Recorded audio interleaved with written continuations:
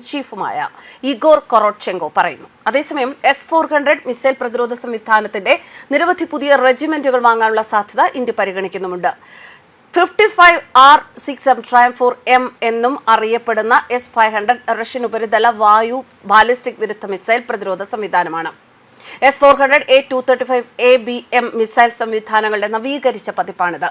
Almas Antey air defence concern ആണ് S-500 വികസിപ്പിച്ചെടുത്തത്.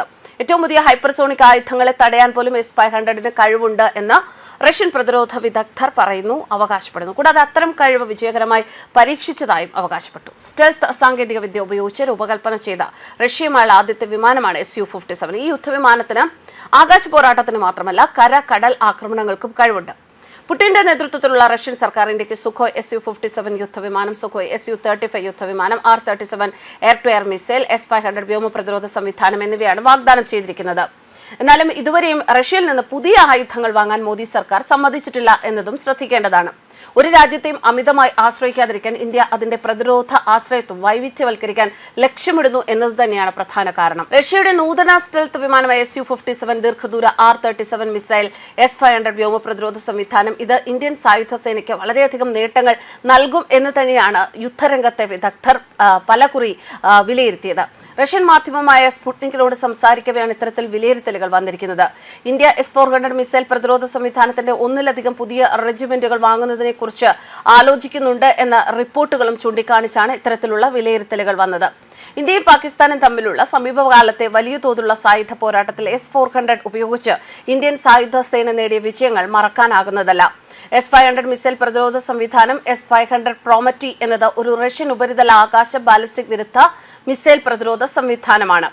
എന്തായാലും ഇത്തരത്തിലുള്ള ആയുധങ്ങളെക്കുറിച്ച് കൂടുതൽ ആയുധങ്ങൾ നൽകാമെന്ന അവരുടെ വാഗ്ദാനത്തെക്കുറിച്ച് ഇന്ത്യ ഇതുവരെ പ്രതികരിച്ചിട്ടില്ല എങ്കിൽ പോലും ഇത്തരത്തിലുള്ള ആയുധങ്ങൾ, ഇത്രയും ശക്തമായ ആയുധങ്ങൾ ഇന്ത്യ റഷ്യയിൽ നിന്ന് സ്വന്തമാക്കുകയാണ് എങ്കിൽ അത് പാകിസ്ഥാന്റെ ഉറക്കം കെടുത്തും എന്നത് വളരെ സംശയമില്ലാത്ത ഒരു കാര്യമാണ്.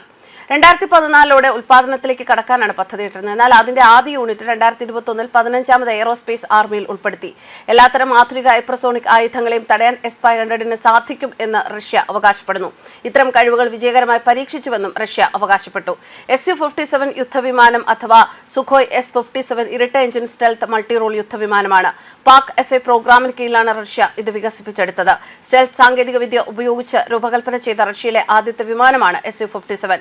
കര നാവിക ആക്രമണങ്ങൾ നടത്തുന്നതിനും വ്യോമ ആക്രമണങ്ങൾ നടത്തുന്നതിനും ഈ യുദ്ധവിമാനത്തിന് സാധിക്കും. Stealth, super manoeuvrability, super cruise, integrated avionics, വലിയ പേലോഡ് ശേഷി എന്നിവ Su-57 ഉൾപ്പെടുത്തിയിട്ടുണ്ട്. ഇതിന്റെ ആദ്യ പ്രോട്ടോടൈപ്പ് 2010 പറന്നുയർന്നു. പക്ഷേ പരീക്ഷണത്തിനിടെ നേരിട്ട വിവിധ ഘടനാപരവും സാങ്കേതികവുമായ പ്രശ്നങ്ങൾ Su-57 വികസനത്തെ ഗണ്യമായി വൈകിപ്പിക്കുകയായിരുന്നു. ന്യൂസ് ഡെസ്ക് കർമ്മ ന്യൂസ്.